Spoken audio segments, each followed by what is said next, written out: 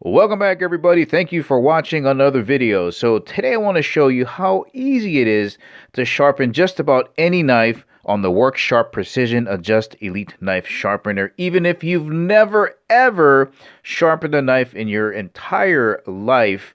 It'll take all that guesswork out of trying to know what angle to hold the knife when you're sharpening on a stone like this. This takes all the guesswork out. Let's have a closer look.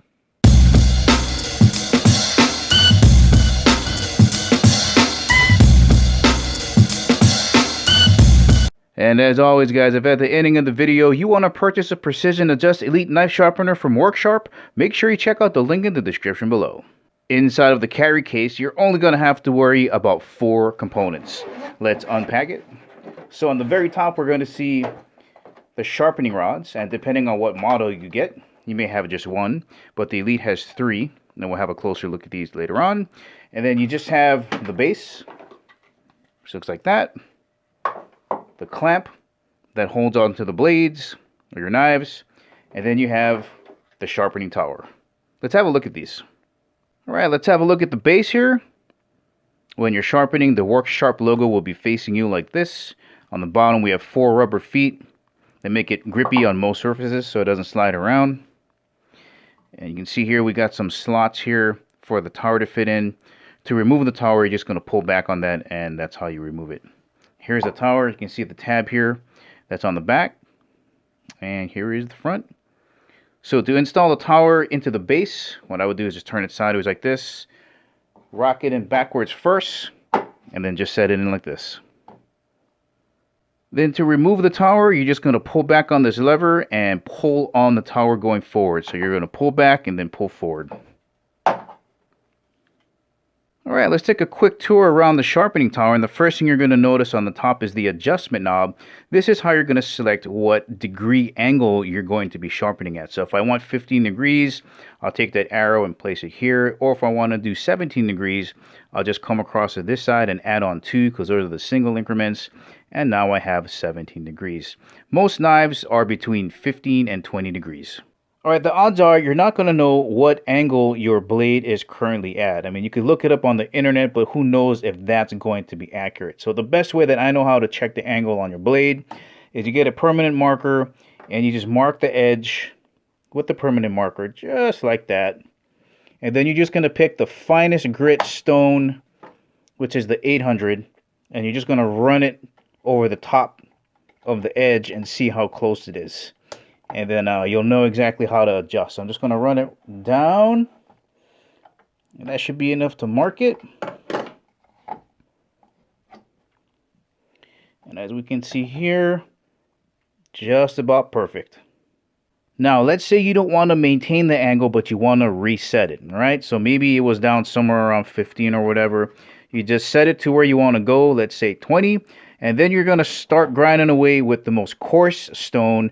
Go all the way around, of course, until you hit the leather strop. And then you have reset that angle. Alright, the tower has 2 magnets that hold in very important pieces. So the first magnet is right here, and that holds in your sharpening rod. So that portion right here just installs right in here like that. Alright, and then to uninstall it, you can just push it down, and it removes itself very easily. Second magnet is in here. There's another one on the clamp here, and it just fits in just like that. And that thing, it ain't going nowhere. Now, just a quick heads up, there is a reference stripe right here, and it's important that it stays there, because when you start sharpening, your knife handle is going to be on this side, and you're going to rotate the whole thing around this way. And to rotate it, there's a button in the back like this. You're going to push it in so you can rotate this entire claw around, and it only rotates in this direction. Okay, so it's important that that stripe be facing upwards so you can rotate the whole claw around. Now, if you don't feel like rotating the whole thing around, you can always just take off this thing and then flip it around and do it that way. So there's 2 ways to get that done. All right, let's have a closer look at these sharpening rods here. And the holder actually has space for 1 more. All right, but the Elite comes with these. So again, you're only going to use this one if your knife is in bad condition or if you're trying to reset the angle. So there's a 220, there's a 320. And then a 400 on this side, right? Nice little handle for sliding it back and forth for sharpening. These are your adjustment collars. So you just move these up and down depending on how far away it is when you put it into the tower and the base. So again, only for removing a lot of metal. Most of us, if our knives are in good condition, we can get by on this one here. This has a 600, 800, and then a ceramic honing stone here. All right, and then the last one is a strop on here. So this is a leather strop, and you can see the green compound on here.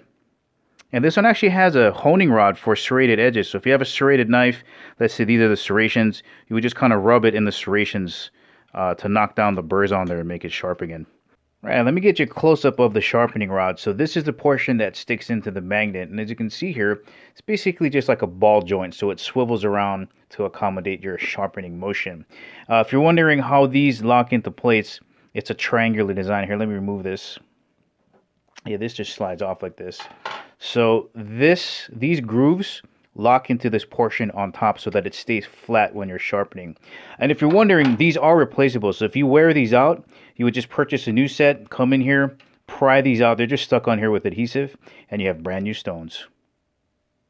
All right, so this is a really old paring knife from my mom's original kitchen set.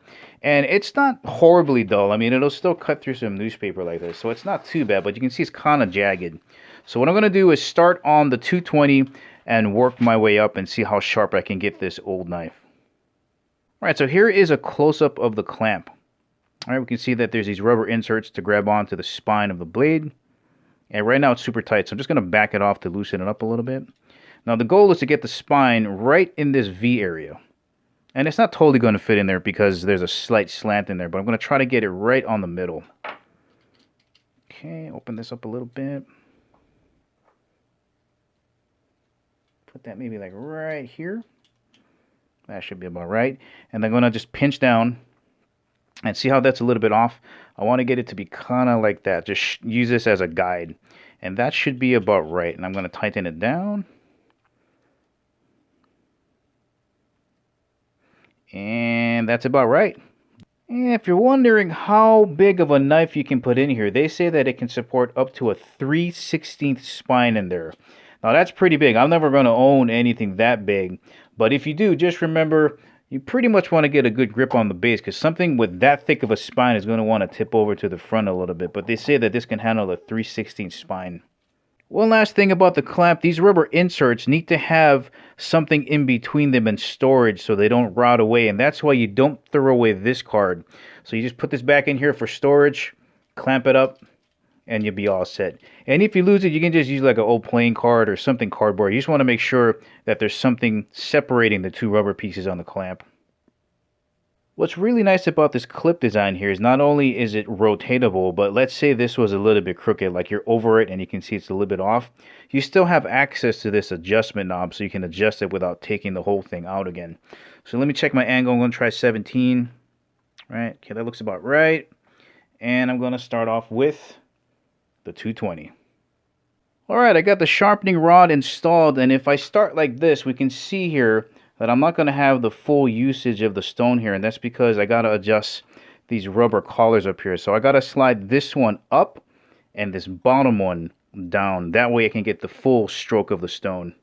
One last thing before getting started. As you are working your way up to the finer grits, remember, when you hit the strop, only go downwards. Your goal is to break off the burr, switch the knife to the other side, go down and break off the burr again. If you go back up, you're going to ruin your leather strop. So remember, when you get to the leather strop, just go down. Alright, I got my rubber collars adjusted for maximum stone stroke length, and all I'm going to do is grab it by this tab here and go back and forth like this. Now I'm starting off with the 220. It's going to make the most horrific sound ever, but hopefully by the time I get up to the leather strop, I'll have a nice polished edge, and this should cut like crazy. So let's begin. I'm just going to grab the base like this. Light pressure.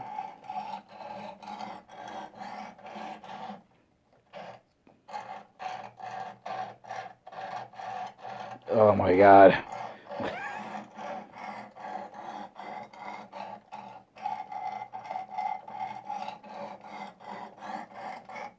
Pretty much just like that. I'll see you guys in a few seconds. Alright, I just got done with the 400 stone, about to move on to the next rod. But before doing that, I just want to point out that have something underneath the sharpener to catch all the shavings, especially when you're at the bottom grit here, because it removes a lot of metal quickly. And also, don't feel like you gotta keep the sharpener at this angle. You can kind of tilt it a little bit if you need to get a little bit more comfortable. Just be mindful as to how you're doing your strokes. All right, let's move on to the next rod. All right, before putting the knife back on the clamp, I thought I'd give you guys a close-up of what that edge looks like. You can see there at that 400 grit, still a little scratchy. Still a little scratchy. We'll keep working it. Alright, just got done with the leather strop. And remember, in this step, you only want to go downwards. Your goal is to take that burr, break it off to the other side, flip the knife over, and break that burr off again. Your knife is going to be so sharp at this point that if you go back and forth like this, that up motion is going to tear up your leather strops. Remember, just downward. Let's have a look at the edge. Right, well, there we go. We can see that a lot less scratchy, finer scratches, and a nice polish on that. Okay, nice polish. Let's give it a test. Okay. Yeah, you can see it just glides through there now. Just glides straight through. Before it was kind of snagging. Now it's just a nice smooth cut. Yeah, take that Valentine's Day. Oh, I could do this all day. That's a sharp edge. Well, alright guys, there you have it. Just 4 components. You got the base, the tower, the clamp, and a bunch of sharpening rods. That's all you need to get a wicked sharp edge on just about any knife that you have around the house. Well, alright guys, that's the ending of the review. Remember, if you want to purchase the Work Sharp Precision Adjust Elite Knife Sharpener, make sure you check out the link in the description below. Thank you for watching. I'll catch you in the next video.